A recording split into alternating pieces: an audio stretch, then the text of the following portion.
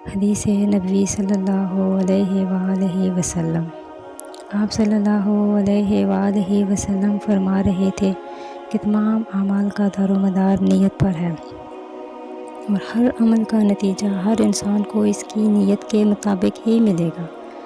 بس جس کی ہجرت دولت دنیا حاصل کرنے کے لیے ہو یا کسی عورت سے شادی کی غرض سے ہو، بس اس کی ہجرت انہی چیزوں کے لیے ہوگی جن کے حاصل کرنے کی نیت سے اس نے ہجرت کی ہے۔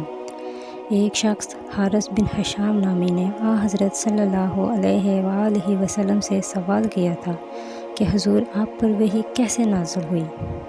آپ صلی اللہ علیہ وآلہ وسلم نے فرمایا کہ وحی نازل ہوتے وقت کبھی مجھ کو گھنٹی کی سی آواز محسوس ہوتی ہے، اور وحی کی یہ کیفیت مجھ پر بہت شاق گزرتی ہے۔ جب یہ کیفیت ختم ہوتی ہے تو میرے دل و دماغ پر اس کے ذریعے نازل شدہ وحی محفوظ ہو جاتی ہے، اور کسی وقت ایسا ہوتا ہے کہ فرشتہ بشکل انسان میرے پاس آتا ہے اور مجھ سے کلام کرتا ہے، بس میں اس کا کہا ہوا یاد رکھ لیتا ہوں۔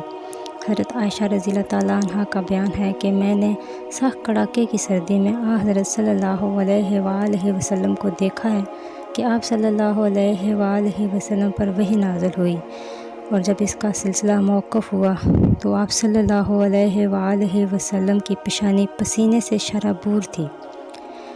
حضرت صلی اللہ علیہ وآلہ وسلم پر وحی کا ابتدائی دور اچھے سچے پاکیزہ خوابوں سے شروع ہوا۔ آپ خواب میں جو کچھ دیکھتے اور صبح کی روشنی کی طرح صحیح اور سچا ثابت ہوتا۔ پھر من جانب قدرت آپ تنہائی پسند ہو گئے، اور آپ صلی اللہ علیہ وآلہ وسلم نے غار حرا میں خلوت نشینی اختیار فرمائی، اور کئی دن اور رات وہاں مسلسل عبادت اور یاد الہی و ذکر و فکر میں مشغول رہتے، جب تک گھر آنے کو دل نہ چاہتا توشہ ہمراہ لیے ہوئے وہیں رہتے۔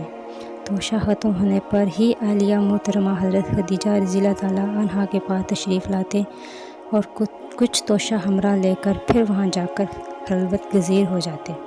یہی طریقہ جاری رہا یہاں تک کہ آپ پر حق منکشف ہو گیا، اور آپ غار حرا میں ہی کے قیام پذیر تھے کہ اچانک حضرت جبرائیل علیہ السلام آپ کے پاس حاضر ہوئے اور کہنے لگے کہ اے محمد پڑھو۔ آپ فرماتے ہیں کہ میں نے کہا کہ میں پڑھنا نہیں جانتا۔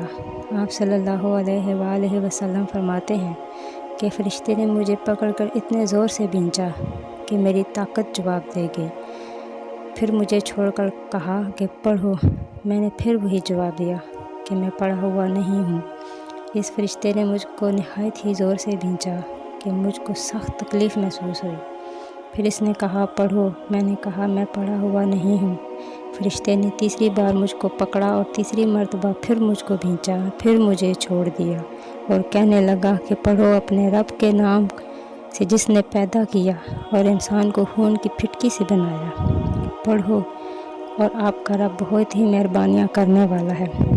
بس یہی آیتیں آپ حضرت جبرائیل علیہ السلام سے سن کر اس حال میں غار حرا سے واپس ہوئے کہ آپ کا دل انوکھے واقعات سے کانپ رہا تھا۔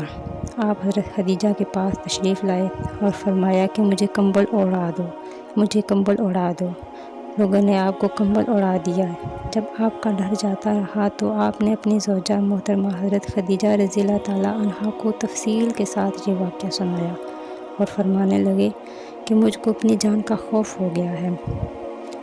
آپ کی اہلیہ محترمہ حضرت خدیجہ رضی اللہ تعالیٰ عنہ نے آپ کی ڈھارس باندھی اور کہا کہ آپ کا خیال صحیح نہیں ہے، خدا کی قسم آپ کو اللہ کبھی رسوا نہیں کرے گا۔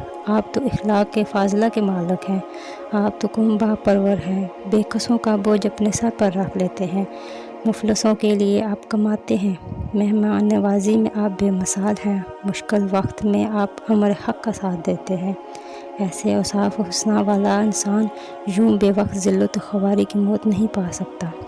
پھر مزید تسلی کے لیے حضرت خدیجہ رضی اللہ تعالیٰ عنہ آپ صلی اللہ علیہ وآلہ وسلم کو ورقہ بن نوفل کے پاس لے گئی، جو ان کے چچا زاد بھائی تھے اور زمانہ جاہلیت میں نصرانی مذہب اختیار کر چکے تھے اور عبرانی زبان کا کاتب تھے، چنانچہ انجیل کو بھی حسب منشاء خداوندی عبرانی زبان میں لکھا کرتے تھے۔